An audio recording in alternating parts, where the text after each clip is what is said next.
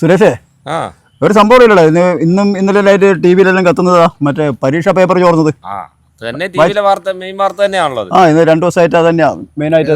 YouTube അതെ, യൂട്യൂബിന്റെ ഇത് കാരണം എന്താന്ന് ചോദിച്ചു കഴിഞ്ഞാല് ഇന്നിപ്പോ ഈ ട്യൂഷൻ സെന്ററുകൾ ഒരു മാഫിയ സ്വഭാവത്തോടു കൂടി പ്രവർത്തിക്കുന്ന സമയമാണ്. ഓൺലൈൻ ട്യൂഷനാണ് സെന്റർ എന്ന് പറഞ്ഞൂടാ, അതെ ഓൺലൈൻ ട്യൂഷൻ. കാരണം എന്ന് വെച്ച് കഴിഞ്ഞാൽ നമുക്കറിയാം ഇത് കോടികളുടെ ബിസിനസ്സാണ്.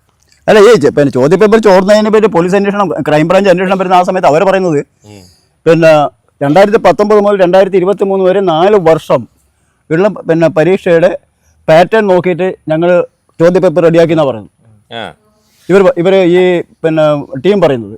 അല്ല, അതല്ല എൻ്റെ ചേട്ടാ, എൻ്റെ അതിർപ്പ് വസ്തുത നമ്മൾ മനസ്സിലാക്കേണ്ട ഒരു വസ്തുത. അതാത് ഭരിക്കുന്ന സമയം, അതാത് ഭരിക്കുന്ന രാഷ്ട്രീയ പാർട്ടികൾക്ക് അനുഭവമുള്ള അധ്യാപക സംഘടനകളാണ് ഈ ചോദ്യപേപ്പർ ഉണ്ടാക്കുന്നത്. അവനവന് ഗുണമുള്ള കാര്യങ്ങൾ, അത് രാഷ്ട്രീയപരമായിട്ടാണെങ്കിലും വ്യക്തിപരമായിട്ടെങ്കിലും ആ രീതിയിലുള്ള കുത്തിക്കയറ്റലുകളും തിരികെ കയറ്റലുകളും ഇതിൻ്റെ അകത്ത് ഉണ്ടാവുമല്ലോ. ഇപ്പൊ ഈ ചോദ്യ പേപ്പർ ശരിയാക്കുന്നവരെ ബന്ധുക്കളും ആൾക്കാരെല്ലാം ഇല്ലേ, അവർക്കൊക്കെ ഒരുക്കി കൊടുക്കാതെ സംഭവം. ഇത് സ്കൂളിന്റെ മാത്രമല്ല, ഇത് PSC ചോദ്യ പേപ്പറിന്റെ കഴിഞ്ഞ പ്രാവശ്യത്തെ വാർത്തയല്ലേ അത് ഏറ്റവും വലിയ. അതുപോലെ എൻട്രൻസ് പരീക്ഷ. ഏത് മേഖലകളിലാണ് ചോർച്ചയില്ലാത്തത്, ഏത് മേഖലയിലാണ് പണാധിപത്യം, ജനാധിപത്യം എന്ന് പറഞ്ഞൂടാ, പണാധിപത്യത്തിന്റെ കൂടി ഈ ജനാധിപത്യത്തെ അട്ടിമറിക്കുന്ന ഏത് വ്യവസ്ഥ എടുത്താലും അതേ ഉള്ളൂ അല്ലേ ഗോവിന്ദേട്ടൻ? അതേ ഉള്ളൂ. പിന്നെ ഒരു കാര്യമുണ്ടല്ലോ, നമ്മളിപ്പോൾ ഇങ്ങനെ ഇപ്പോൾ അത് പറഞ്ഞു കഴിഞ്ഞാൽ ഈ പിന്നെ നമ്മളെ PSCയുടെയും SLCയുടെയും മറ്റു കാര്യങ്ങൾ മാത്രം പിന്നെ പറയേണ്ട കാര്യമില്ലല്ലോ. ഈ എൻട്രൻസ് പരീക്ഷയുടെ ചോദ്യ പേപ്പർ ചോർന്നത് അത് കേന്ദ്ര ഗവൺമെന്റ് ആണല്ലോ അതിന്റെ ഇത് വരുന്നത്. സെൻട്രൽ ഗവൺമെന്റ് അത് തന്നെയാണ് പറഞ്ഞത്. സെൻട്രൽ ഗവൺമെന്റ് ആണ് ഇപ്പോൾ ഇവിടുത്തെ ഭരിക്കുന്ന ഒരു രാഷ്ട്രീയ പാർട്ടികളുടെ അധ്യാപക പ്രസ്ഥാനം എന്ന് പറയുമ്പോൾ നമ്മൾ അത് വളരെ കരുതലോടെ കൈകാര്യം ചെയ്യുന്ന വിഷയമാണ്. അത് അങ്ങനെയല്ലല്ലോ പറഞ്ഞത്. ഇത് ആര് ഭരിക്കുന്നു, അത് കേന്ദ്രമാണെങ്കിലും കേരളമാണെങ്കിലും ഭരിക്കുന്ന ഒരു രാഷ്ട്രീയ പാർട്ടിക്ക് അനുഭവമുള്ള ആണ് തന്നെയാണ്. അതിനകത്തൊരു രാഷ്ട്രീയത്തെ ഈ അധ്യാപക സംഘടനയുടെ ആൾക്കാരാണല്ലോ ക്വസ്റ്റ്യൻ പേപ്പർ ഉണ്ടാക്കുന്നത്. തീർച്ചയായിട്ടും അതാണ് സുരേഷ് പറഞ്ഞത്. അല്ല, അത് അങ്ങനെയുള്ള കാര്യം അല്ലാണ്ട് ഒരു പാർട്ടി കാര്യങ്ങളോ അല്ല, അതിന് അനുഭവമുള്ള അവരെ അതാരാണെങ്കിലും നമ്മുടെ കുഞ്ഞുങ്ങളുടെ ഭാവി അവതാളത്തിലാക്കുന്ന വരുന്ന തലമുറയുടെ, കാരണം കഴിവുള്ളവരെ പുറകോട്ട് തള്ളിച്ചുകൊണ്ട് കാശുള്ളവനെ മുന്നോട്ട് കയറ്റിക്കൊണ്ടു പോകുന്ന വരും തലമുറ എന്ന് പറയുന്നു. ആ വരും തലമുറ ഇല്ലാണ്ടാക്കുന്ന ഒരു പ്രവർത്തനമാണ്. ഇതിനെതിരെയാണ് ഇപ്പം രാത്രി കുത്തിയിരുന്ന് പുറലുന്നവരെ പഠിച്ചിട്ടും കാര്യമില്ല. PSC പഠിക്കുന്നതാണ് ചോദിക്കുന്നത്. പിൻവാതിലൂടെയുള്ള നിയമനങ്ങൾ നടക്കുമ്പോൾ എന്തിനു PSC പഠിക്കുന്നു എന്നുള്ള ചോദ്യം വരും. കാരണം സാധാരണ ചെറുപ്പക്കാരുടെ ഇടയിൽ വരുന്ന രോഷം, അല്ലെ സാധാരണ ചെറുപ്പക്കാർക്ക് ഇടയിൽ വരുന്ന ഒരു എന്താ പറയുക ഒരു വികാരമുണ്ട്. അത് ഞങ്ങൾ എന്തിനു പഠിക്കണം, അപ്പൊ അതൊരു സന്തുലനാവസ്ഥ ഇല്ലാത്തൊരു അവസ്ഥയിലോട്ട് മാറും. മാനസികമായിട്ട് പ്രശ്നം വരും. മാനസികമായിട്ട് പ്രശ്നം ഉണ്ടാവും. ഈ പണത്തിന് മുകളിൽ പരുന്തം പറക്കുക. അത് ശരിയാ, പണത്തിന് മുകളിൽ പരുന്തം പറക്കില്ല നമുക്ക്.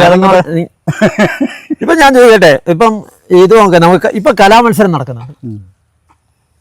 ആരാണ് കുട്ടികളെല്ലാം മത്സരിക്കുന്നത്? തീർച്ചയായിട്ടും രക്ഷാകർത്താക്കളാണ്. അതെല്ലാം പണം കൊണ്ടുള്ള മത്സരമാണ്, പണത്തിന്റെ കളിയാണ്.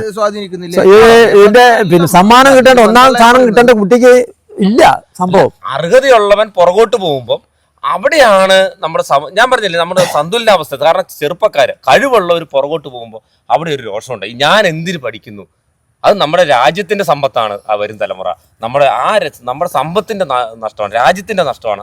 അത് മനസ്സിലാക്കി തന്നെ മുന്നോട്ട് പോകണം. അതല്ലേ ഇപ്പൊ ഞാൻ പറയട്ടെ, ഈ യൂട്യൂബും കാര്യവും മൊബൈലൊന്നും ഇല്ലാത്ത കുട്ടികൾ എത്രയോ ഉണ്ട്, പാവപ്പെട്ടവര് ഉണ്ട്. അവരെ ഇത് ശരിക്കും ബാധിക്കുന്നത്. ഇതില്ലാതെ പ്രശ്നമില്ല അല്ലേ ഗോവിന്ദേട്ടാ?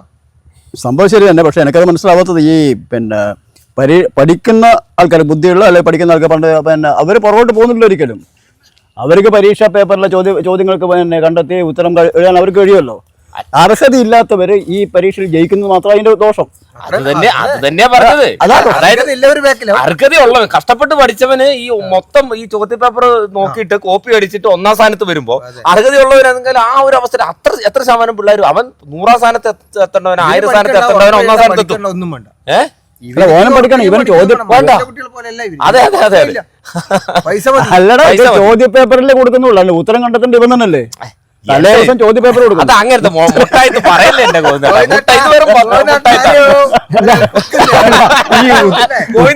ചോറ് കിട്ടിയവരെ ഉത്തരം അത് ശരിയല്ലേ. സപ്പോർട്ടല്ല ഇവിടെ നമുക്ക് നിജസ്ഥിതിയാ വേണ്ടത്. ന്യായമായി നമുക്ക് നമ്മുടെ നാട്ടിൽ നടക്കേണ്ട കാര്യത്തിന്റെ നേർക്കാഴ്ചയാണ് നമുക്കിവിടെ പറയുന്നത്. ആ കാര്യമാണ് നമ്മളിവിടെ സംസാരിക്കുന്നത്. ഇതിന്റെ സത്യാവസ്ഥ കണ്ടുപിടിക്കാൻ സർക്കാരിന് കഴിയില്ലേ? കഴിയുന്ന എനിക്ക് തോന്നുന്നില്ല ഇന്നത്തെ സാഹചര്യത്തില്. അതിനെതിരെ ഇപ്പൊ നടപടി എന്തൊക്കെയോ എടുക്കുന്നുണ്ട്. നടപടി അല്ല, ക്രൈംബ്രാഞ്ചിനെ ഏൽപ്പിച്ചു, അവരാണ് ഇത്രയും കണ്ടുപിടിച്ചത്, അല്ലാതെ നമ്മെ കണ്ടുപിടിച്ചത് കണ്ടുപിടിച്ചാ നല്ലത്. ഇതിനുമ്പ് എത്ര ഉണ്ടായിട്ടുണ്ടോ ഇതുപോലെ? അല്ല, ഉണ്ടായിട്ടില്ല എന്ന് പറയുന്നില്ല, ഇഷ്ടംപോലെ ഉണ്ടായിട്ടുണ്ട് നമ്മുടെ മുമ്പിൽ. അതിനുള്ള ഒരുപാട് കാരണങ്ങൾ. കാര്യം അങ്ങനെ നമ്മളെ മുമ്പിൽ പെട്ടെന്ന് കണ്ടുപിടിക്കുമ്പോൾ മാത്രം എല്ലാരും ഇത് അറിയണ്ടേ. മറ്റിത് രഹസ്യമായിട്ട് എന്തെല്ലാം പരിപാടികൾ നടത്തുന്നുണ്ട്, അതൊക്കെ ഉണ്ടാവും. അതല്ല പിൻവാതിൽ നിയമനം എന്നൊക്കെ നമ്മൾ പരീക്ഷ ചോർന്നതിനെ പറ്റില്ലേ പറയുന്നത്, പരീക്ഷ പേപ്പർ ചോർന്നതിനെ പറ്റില്ലേ പറയുന്നത്. അപ്പൊ സ്വാഭാവികമായിട്ടും ഇതിനെ നടത്തേണ്ടത് ക്രൈംബ്രാഞ്ചും മറ്റു പോലീസ് ഉദ്യോഗസ്ഥന്മാരുടെ നിയമവ്യവസ്ഥ കൈകാര്യം ചെയ്യേണ്ട അവരാണ്. ഗവൺമെന്റിനെക്കാട്ടും കൂടുതൽ കൈകാര്യം ചെയ്യേണ്ട അവരാണ്. അവർക്ക് ഒരു പിടുത്തം ഉണ്ടാവാൻ പാടില്ല, വിലങ്ങുണ്ടാവാൻ പാടില്ല ഈ ഉദ്യോഗസ്ഥന്മാർക്ക്. അല്ല, ഈ PSC പരീക്ഷ പേപ്പർ ചോർന്ന് അല്ലെങ്കിൽ പഴയ PSC ലിസ്റ്റ് ചോർന്നിട്ട് ഉദ്യോഗസ്ഥന് കയറാത്തവരാണെങ്കിൽ നല്ല രീതിയിൽ നടത്തും. അതാണ് അത് ആളെ പിന്നെ അളുക്കാണ് ഉള്ള കാര്യം ഞാൻ പറയും.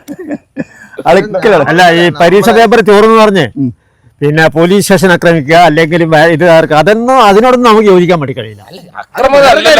അല്ല, നിങ്ങളുടെ കാര്യമല്ല പറഞ്ഞത്, അത് രാഷ്ട്രീയമാണ്. ഇതിൽ ചെറിയ രാഷ്ട്രീയം വരും.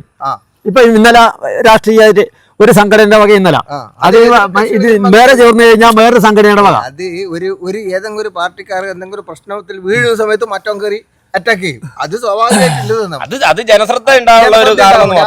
അല്ല, കുഞ്ഞിരാമണ്ഡം പറഞ്ഞു വെക്കുന്ന എവിടെ വെച്ചാലും നമ്മളിപ്പം ഇങ്ങനെ പിന്നെ ഈ നിയമവ്യവസ്ഥയും കാര്യങ്ങളും ഒക്കെ ഉണ്ടെങ്കിൽ പോലും അതിനെതിരായിട്ട് നടപടി എടുക്കുമ്പോൾ അതിനെതിരെയും വരും, ഈ സമരവും കാര്യങ്ങളും വരും.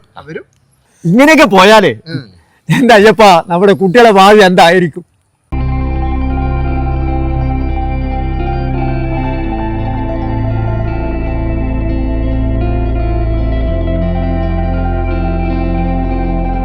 Saint Mary's nursing college Cherupuzha 100% ജോലി ഉറപ്പോടെ nursing assistant, lab technician, pre primary teachers training കോഴ്സുകൾ. ചുരുങ്ങിയ ഫീസ് നിരക്ക്, തവണകളായും ഫീസ് അടയ്ക്കാം. 30 വർഷത്തെ സേവന പാരമ്പര്യവുമായി സെന്റ് മേരീസ് നഴ്സിംഗ് കോളേജ്, അമ്പലം റോഡ്, ചെറുപുഴ. ഫോൺ 9947771550.